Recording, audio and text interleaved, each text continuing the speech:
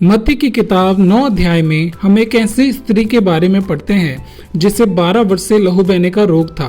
उसने अपने जीवन में कई इलाज भी कराए, लेकिन इसके बाद भी ये बीमारी उसमें बनी रही। मूसा की व्यवस्था के अनुसार ऐसी स्त्री अशुद्ध मानी जाती थी। यहाँ तक कि ऐसी स्त्रियों को यहूदियों के मंदिर में जाने की अनुमति भी नहीं थी। ऐसे हालात में यदि वो किसी वस्तु को या किसी पर्सन को छूती है तो उसके कारण वो भी अशुद्ध हो जाएगा। बाइबल में हम पढ़ते हैं, एक बार जब मसीहा अपने चेलों के साथ जा रहे थे तब उस स्त्री ने पीछे से आकर यीशु मसीह के कपड़े को छू लिया और वो तुरंत चंगी हो गई। अब ज्यादातर लोग यही सोचते हैं कि उसने मसीहा के वस्त्र के कोने को छुआ था, लेकिन मेरे प्रियो, मैं आपको बताना चाहता हूँ कि असल में उसने यीशु मसीह के वस्त्र की झालर को छुआ था। जैसा कि आप सभी जानते होंगे कि पुराना नियम इब्रानी भाषा में लिखा गया है और नया नियम ग्रीक भाषा में लिखा गया है। और जब हम आंचल शब्द को ग्रीक भाषा की बाइबल में पढ़ते हैं तो इसका जो अर्थ होता है वो झालर होता है। अब मैं आपको इस झालर के महत्व के बारे में बताऊंगा।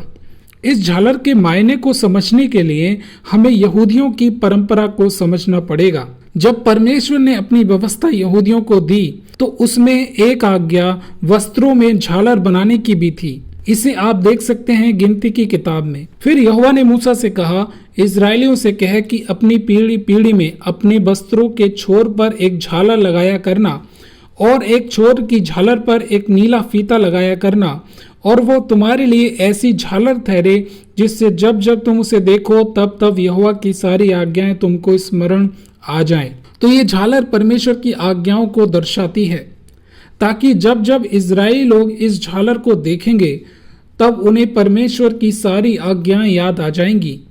और मैं आपको बताना चाहता हूं मेरे प्रियो, इस झालर को आज भी यहूदी लोग अपने प्रार्थना शॉल में इस्तेमाल करते हैं। इस प्रार्थना शॉल को इब्रानी में तालित कहा जाता है और इसका अर्थ होता है छोटा तंबू। क्योंकि जब यहूदी लोग परमेश्वर से प्रार्थना करते हैं तो वो इसे अपने सिर के ऊपर रखते हैं, तो ये एक प्रकार से उनके लिए तंबू की तरह काम करता है।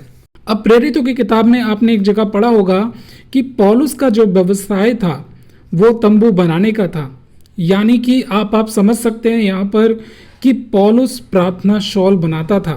इस बात को याद रखें कि यीशु मसीह एक यहूदी था और यहूदी होने के कारण उसने भी इस प्रार्थना शॉल को पहना था, और इस प्रार्थना शॉल की झालर को छूकर ही वो स्त्री का रोग ठीक हो गया था।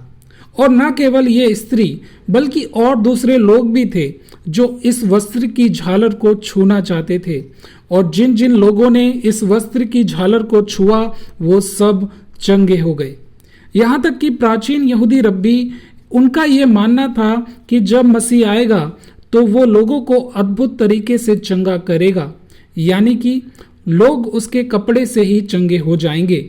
और मलाकी की किताब में इस बात को पहले से ही लिख दिया गया था, और वहां लिखा हुआ है, परंतु तुम्हारे लिए जो मेरे नाम का भय मानते हो, धर्म का सूर्य उदय होगा और उसकी किरणों के द्वारा तुम चंगे हो जाओगे, और तुम निकलकर पाले हुए बछड़ों की नाई कूदोगे और फांदोगे।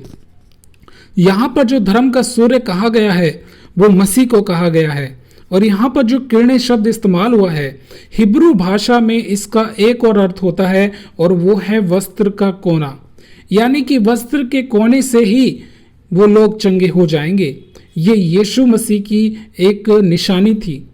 ये निशानी थी कि जब मसीह आएगा तो वो लोगों को इस अद्भुत तरीके से ही लोगों को चंगाई देगा। और दोस्तों, वीडियो के एंड में मैं एक बात और बताना चाहता हूं कि हिब्रू भाषा में हर एक शब्द का एक न्यूमेरिकल वैल्यू होता है, क्योंकि जब परमेश्वर ने अपनी व्यवस्था यहूदियों को दी तो उस व्यवस्था के साथ उसने हर एक शब्द का एक न्यूमेरिकल वैल्यू भी डिजाइन कर दिया था।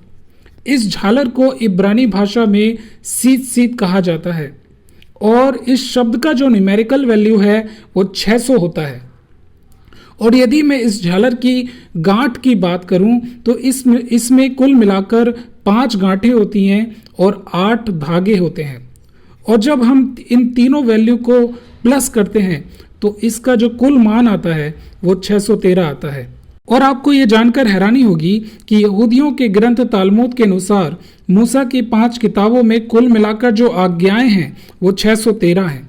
इसलिए आप समझ सकते हैं कि ये जो झालर है मूसा की व्यवस्था का प्रतीक है। तो दोस्तों, उम्मीद करता हूँ ये वीडियो आपको बहुत पसंद आया होगा और हाँ, सब्सक्राइब और शेयर करना बिल्कुल मत भूलिएगा। शलोम।